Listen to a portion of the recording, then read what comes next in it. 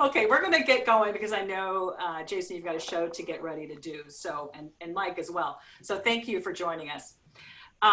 So let's start with the state Supreme Court decision. I'm throwing this out because this was breaking news today, and the decision to declare the $30 car tab initiative unconstitutional, even though it was passed by voters. Do you think that this particular decision is going to have any impact on our local races? And I'm going to start with you, Jason, and just looking at the governor's race. I hope so. And I think it should have everything to do with a lot of races, not just the governor's race, right?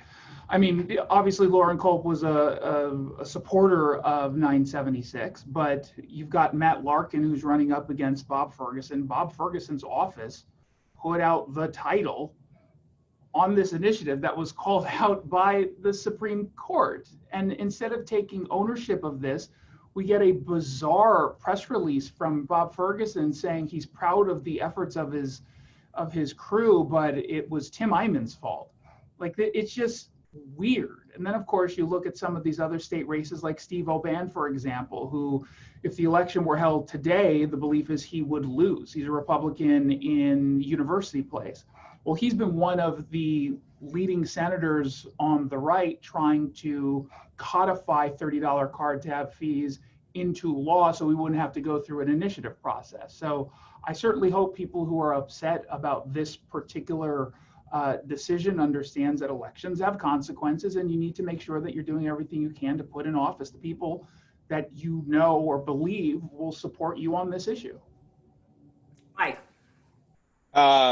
No, it's not going to have any effect whatsoever. I mean, the polling is the polling, and this issue is not going to tilt a bunch of people who may somewhat tangentially link certain office holders to this particular initiative, but not directly. I don't know that people are going to understand that Bob Ferguson's office was responsible for the title enough to pivot their votes on things. So are people upset about this? Without any question. Is it going to have any effect on the election? Probably zero. But there's no polling, obviously, after this decision, right? Because I agree with you that if as of 2 months ago, if you were to ask me what the most important issue of the election was, this would not come up because obviously it had already passed. But 53% of the state voted for this, right? So the vast majority of the counties in the state voted for it. And so if this is something, especially, during a pandemic where the economy is struggling, and all of a sudden you thought, okay, at least I get some relief. So my, 1992 Toyota Corolla is not being valued as if it was purchased in 2012. I do think that this can change some minds. Now, of course, you're right that most people don't realize that Attorney General Bob Ferguson's office put up the title. So that's on Matt Larkin to make sure that if he believes that this is one of the winning issues, you better be talking about it. Yeah. Those ads need to go up, and I do think that you can come up with a compelling argument. Steve O'Ban, I think, has to hit this the hardest just because, or any of the Republicans are in a little bit of a tough spot. Mark Mullet, a Democrat in Issaquah, should probably hit this as well. Yeah, I don't disagree that there are people to blame for this. I'm saying I don't feel like there is a positive link between this decision, which has everyone angry at the Supreme Court, and specific office holders. I don't think that people between now and Election Day, they can hit it as hard as they want on the ads. I can't see this being moving the bar at all. Does this mean that this issue is going to come back next year in a big way? Without any question. I mean, I think that this is, the funny thing about it though, is this, I mean, to the extent that Tim Eyman is responsible for another initiative that's getting tossed out, it seems to me like, I mean, Jason, you have a car, right? You don't own a car? Ursula, do you? I do. All right. So if you took your car to the mechanic, and every time you took it to the mechanic diagnosed the problem correctly, but fixed it incorrectly, would you keep going to that mechanic? No. Bingo. That's point well taken. And there's Tim Eyman. I don't understand why anyone who wants to change things like this is hanging their hat on that guy still. And I think that really I think this thing would have passed by a wider margin if he wasn't involved. My guess is someone's going to take another run at it. I certainly hope it's not Tim Eyman, who is the master of the flawed initiative. And so we'll see. We'll see where it goes. But I don't see it having an effect on this particular I mean, election. you can, let's talk about flawed initiatives. Obviously, people are turning to the anti-gun initiative that was passed, and it was originally challenged before it even got to a vote. It very clearly violated the multiple subject rules. There were like 16 different pieces within that initiative, and they very clearly did not even put the full initiative text on the petition, right? I personally don't care, in the sense that I would rather err on the side of more initiatives given latitude if people are signing them, unless it's just like an egregious violation, Right. not a technicality. But if this is a violation, then the anti-gun initiative better be kicked. If there's any semblance of fairness and a lack of partisanship on the count on the side of the Supreme Court. Yeah, I mean, we're talking about two slightly different issues with this, though. Not Single the subject, this. and yeah, and Yeah, the I mean, second issue was different. Precisely. Okay, So, I want to. I'm If sorry. you don't, just because I want to hit a bunch of different topics. Okay. So basically, Jason thinks maybe even with the little bit of time left, it could affect, or it should affect, some local races, and you think it's not going to have an effect. Now let's Bingo. talk about some of the polls. The polls show that Governor Inslee is still ahead of Loren Culp, but I believe that Loren Culp supporters think he has a real shot. I want to ask both of you, what are you predicting for the governor's race? And I'm going to start with you, Mike Lewis. I mean, Inslee should win easily, probably 15 percentage points. I can't see it being a whole lot closer than that. I mean, I think Culp got a nice bounce from the debate. I thought he actually did fairly well. I thought Inslee looked pretty strident and not, I mean, overly prepared, but not prepared for Loren Culp. And so, you know, I think that helped him a little bit. But in this state, at this time, I just don't see any way that Loren Culp even closes the gap into 10 percentage points. Yeah, Jason? I generally agree. I don't anticipate, as of right now, Loren Culp winning, but we do know it's 2020, and 2020 has taught us literally anything can happen at any point in any given day. So it's certainly possible that something happens over the course of the next, 19, 18 days. But it is very clearly going to be difficult for Loren Culp. And I think making things harder for him is, I think we should be a little critical of local media. As much as I love local media, they're not paying that much attention to him. And they don't go to him for comment the way that I think they would if they believed the election were a little bit closer on some of these issues. I think he should be a part of, anytime you're going to the governor to get the governor's take on whatever it is, he should also be included out of fairness. And I do think that some of that has made it harder for him to get some name recognition. Can I just push back on that, because we cannot get Governor Inslee on our show, but we have gotten Loren Culp. Loren Culp has been I'm talking, show. and I should clarify, I'm talking about TV. I think radio has been, whether we're talking about KTTH or KIRO, or anybody, I think radio has been very good. And Inslee's not going to talk to anybody, because he doesn't need to talk to you, because you do, or Mike does, or I do. We do long form interviews, right? Yes. We don't have to condense his comment into an 11-second clip. We get to ask follow-ups. And as we saw at the debate, he's not prepared on some of these issues as well as he should be. And it's much easier to play, I think, to a TV crowd where you know you can just give a 12-second clip that they're going to use. They're cutting out almost everything else.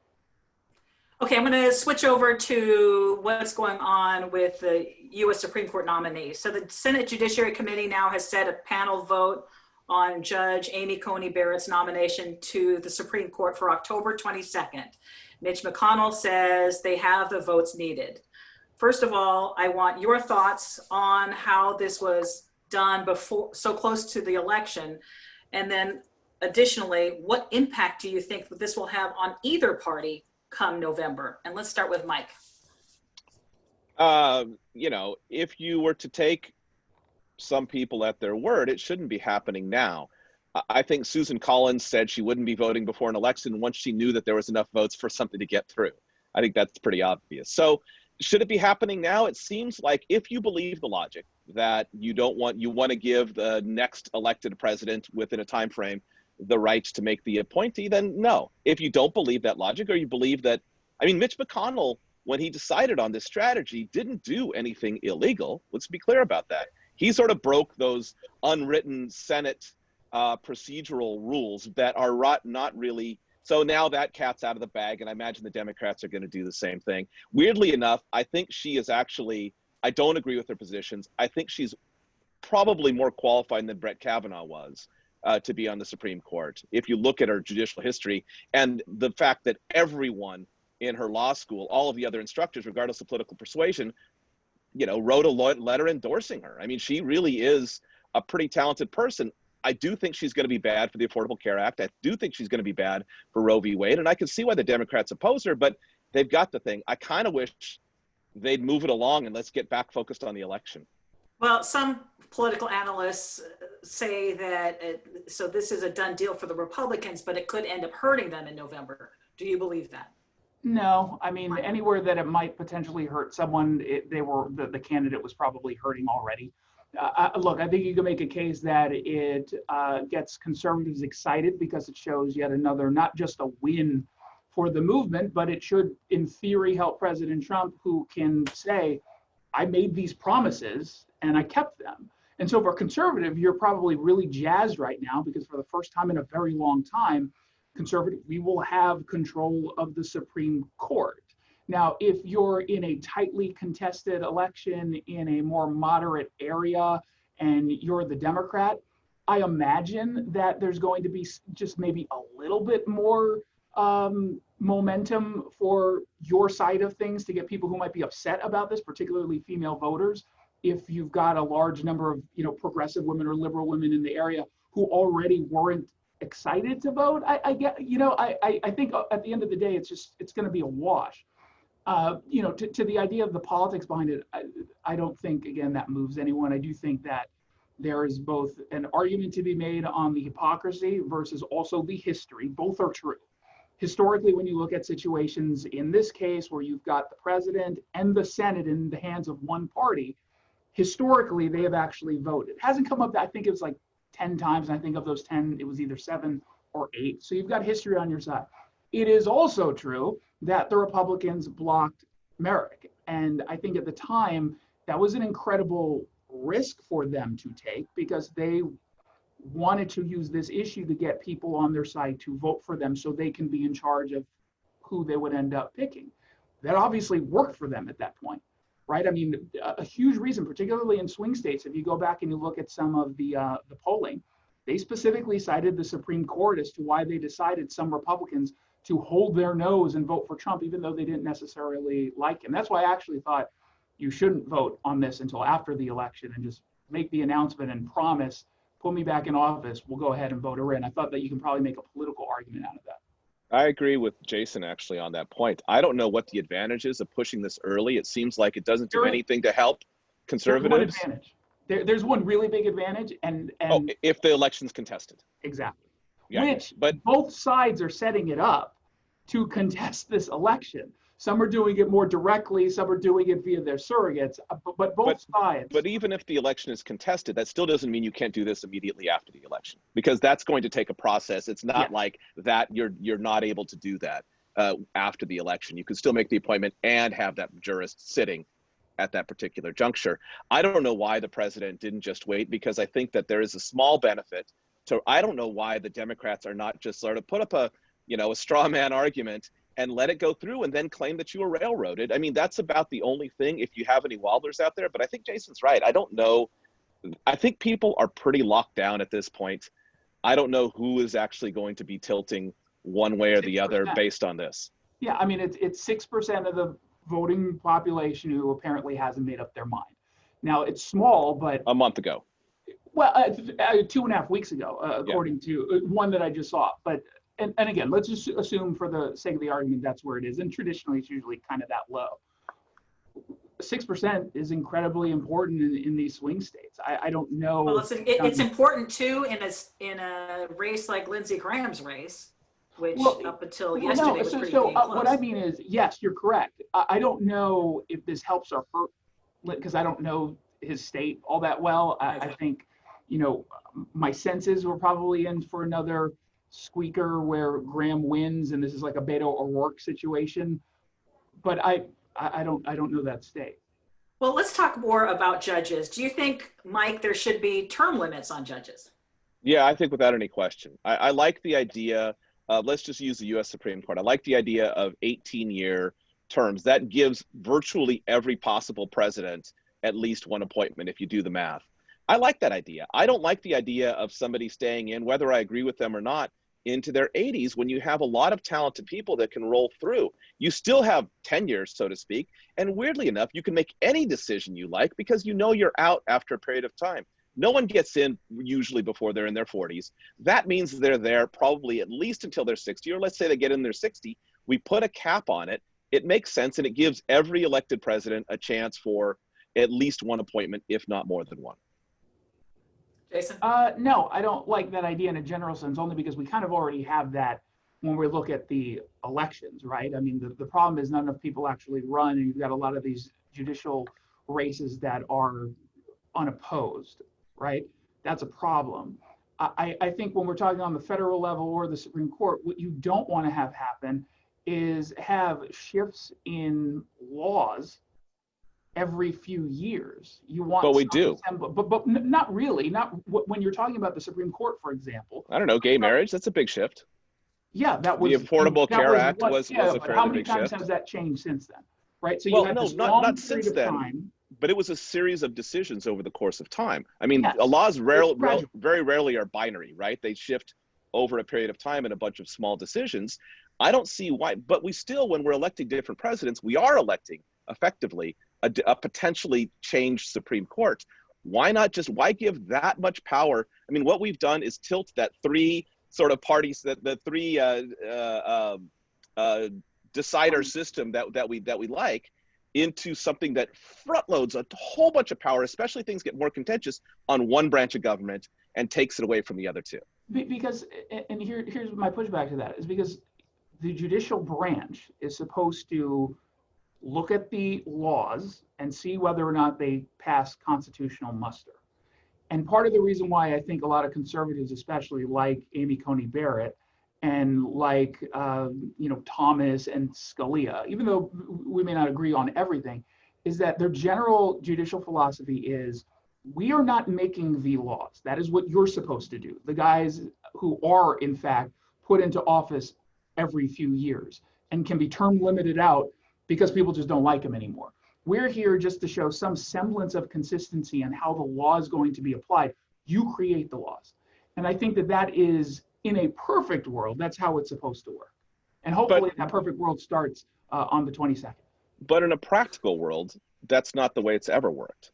They do make the laws. I mean, it would be nice to say that. I mean, that's a great legal theory, but most legal scholars say it's kind of a silly argument because, in fact, every decision they make is either removing a law, which is in effect changing law, or it's adding to a law. They're not they really are doing that by the decisions that they're making. They just don't say no and send it back. Sometimes they cancel things entirely, and they frequently, and in fact, Scalia was a part of several decisions like that. So I don't know that that's necessarily accurate. The idea of taking away a law that is unconstitutional, I guess I just kind of reject that. So you and I both agree that it would be unconstitutional for the state of Washington to say, you're not allowed to have opinions on the radio anymore and you can't speak them.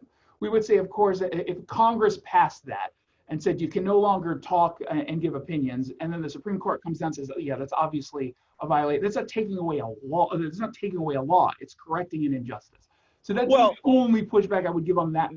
But that's so you're looking at something that's such an obvious example. Most of them are not that obvious, or they wouldn't end up at the Supreme Court. But look at Obamacare. I mean, specifically look at Obamacare, right? Because it was John Roberts who made folks on my side angry because he decided on the individual mandate issue as it was decided when it was that it's a tax, and thus we should not have any say in should have been gone through Congress. I understand. Yeah, but I mean, I think that kind of makes the point that they said in this case, yes, you did it the right way. Now, it is true that obviously the makeup of the court will dictate, generally speaking, the direction of how laws are interpreted.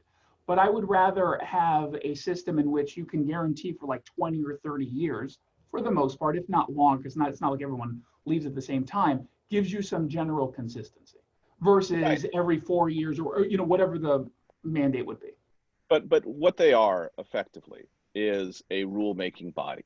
If they are rewriting the rules that we live by, which is what the Constitution is, then, and that's what they're doing when they remove something, when they add something, when they modify something, all of it is lawmaking. All of it is. And so all of it is changing the structure. What is my view in what way? Like how should they operate? Interpreter of the Constitution. In the world in which the Supreme Court is the arbiter of just simply saying this is constitutional versus this is not, which is what Amy Coney Barrett says she would do, you would be okay with it. So you're joining me in endorsing Amy Coney Barrett. Well, I'm not really, but I am endorsing the idea that the Supreme Court, but I've also say that what I'm saying is it is in your world, it seems to be kind of a binary thing. And in mine, it's a giant grayscale. Okay, we're gonna stop there with that discussion. We're gonna go on to the sex ed bill, which is one of the hottest topics locally. So Jason, how are you gonna vote on referendum 90 and why? I am rejecting referendum 90, which, so people don't get confused, rejecting it is what conservatives generally say, because we don't want the sex education bill as it was passed by the legislature to be taught in schools. The thing about this, and I think it caught a lot of folks on the left off guard here, or at least one segment of the left, pretty much across the board, including when the state did their own survey, which included King County, there was overwhelming opposition to significant portions of this, specifically the K through third grade aspect, where they said this is just not appropriate. They're not saying, and the Republicans are not saying, no sex ed. That's not what people are saying. Some people are, but that's not what the majority of people are saying. They're saying it needs to be age appropriate. And they chose not to abide by what parents believe would be age appropriate material. They rushed this through. They didn't have to. They could have actually listened to the people. They chose not to. And they put themselves in this position. Mike. I am in favor of it, but I think Jason raises points that I think are valid ones. I think parents should be able to, and I don't know that the curriculum, my understanding is the curriculum is not set. There's ideas about the curriculum and different possible curriculums, but that it's not locked down. So to the extent that a local school or a local school district can still modify the curriculum, I think that's still available under referendum 90. So I'm in favor of it. I do think it should be taught in every school that is state, regulated in Washington state. It should be taught in private schools as well. Obviously, the state has no control over that, but it doesn't bother me so much. And having looked at the curriculum, sure, if I were a parent, I think there might be some things, I don't know, actually, because I'm not a parent. But I do think that the risk of having none, or the way it's being applied now, is a massive liability. Would you think it would be better to have parents have the choice of opting in instead of opting out? Yes, you should not be automatically opted in. And I generally take that position on schooling issues regardless, because it forces the school to have conversations with the parents, right? To have an open line of communication saying, hey, you're probably all in on this, just want to make sure, here's the notice. It's forcing that, because a lot of times the curriculum, and we've found this out over the course of the last just like month and a half, when it comes to Black Lives Matter curriculum being taught in school, parents afterwards, they're like, I had no idea this was going to be taught. And it's not even that I'm against, generally speaking, this, but this particular type of lesson plan, I probably would have either talked with my kid about beforehand, or said, yeah, probably not in this one particular, I don't want my kid having access to the violent imagery or language that's being used. So more communication where you actually have to get the parent to be more involved, I think, is a plus.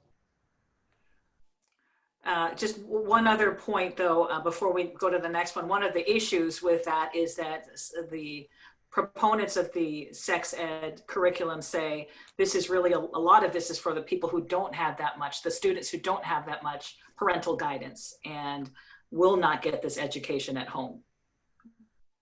I think that's an excellent point. And what I would also say is I am 55 years old, and I am still waiting for that talk from my parents about sex ed. So I depended heavily on what I learned in Catholic school and on playgrounds. And so I can tell you this with certainty, not the way to learn anything. Okay. You can send me some websites that will give you some I can do some Google search. Not on my work computer, though. Not if you're a kid, Jason. Not if you're a kid. Okay, so as both of you have seen, early voting is happening at a record pace right now. I want to hear from both of you. What are you predicting in the race for president? And do you believe the polls that show that Joe Biden has a double-digit lead? I'll start with Jason. He definitely does have a double-digit lead. When you look at national polls, it's so incredibly misleading. I take the same position now that I took going into the last election. If Trump is down by about 5 to 6, maybe 7 points, he will win. Because polling has been traditionally really bad at reaching Trump supporters. I think they're still in the media just completely ignoring the fact that he appeals to people who are first-time voters, who are not traditionally Republican voters, and we saw that play out from an electoral college perspective in the last election. So if on election night it's pretty much the same-ish, I think he ends up winning. If it's not, then he'll lose.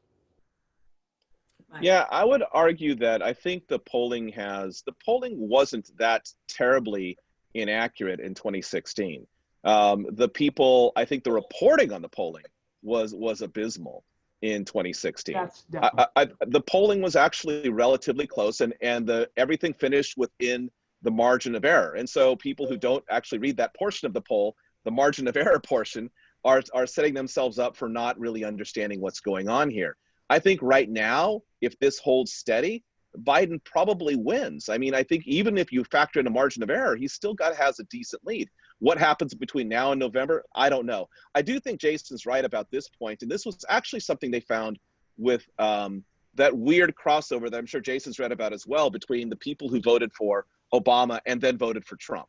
And one of the things that happened is that they found a real discrepancy in the way people answered pollsters' questions about, publicly wanting to show that they supported Obama, but privately not doing it. I think publicly now showing that they don't support Trump, but privately still supporting it, because they feel like for whatever reason, it's in their best interest. And I do think that there is a gap between what people answer to pollsters sometimes, especially about polarizing candidates, and what they actually end up doing in the privacy of their mail-in ballot. Yeah, and the other thing that I think, even though there's been some really good reporting on this particular aspect, I still think that there is an under consideration of people of color, particularly younger Black men and Latino voters, more specifically Cuban voters, or in addition, Cuban voters in Florida, that a year ago, in my conversations with the Trump campaign, they were seeing significant numbers.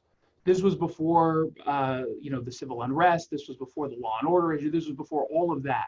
Coronavirus.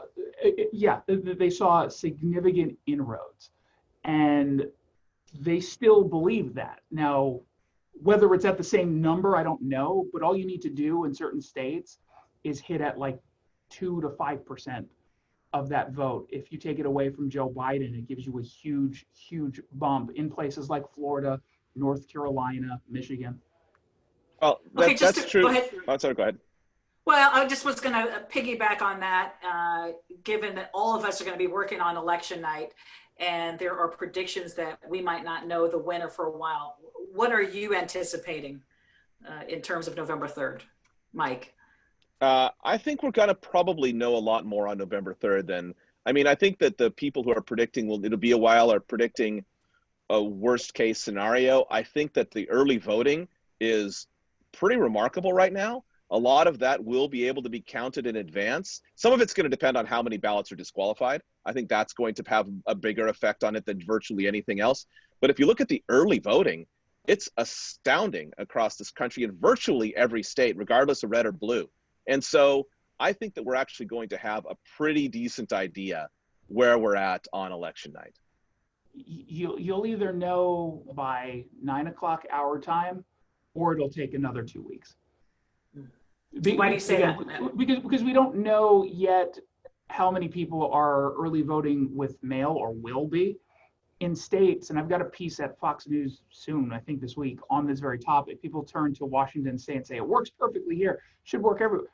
Yeah, but it took us about a decade to get to where we currently are. This didn't just happen in a few months. I mean, you go back to Iowa, the entire party, the Democratic Party couldn't figure out an app to just calculate caucus votes in a small state. And so if all of a sudden, even in places where you've got an absentee system that works really, really well, they work really well because they're not overwhelmed. You're still mitigating a lot of those numbers because people are going to the polls. And so if all of a sudden you've got these onslaughts of mail-in voting, people who don't necessarily sign them because they're not used to it, they postmark it at the wrong time.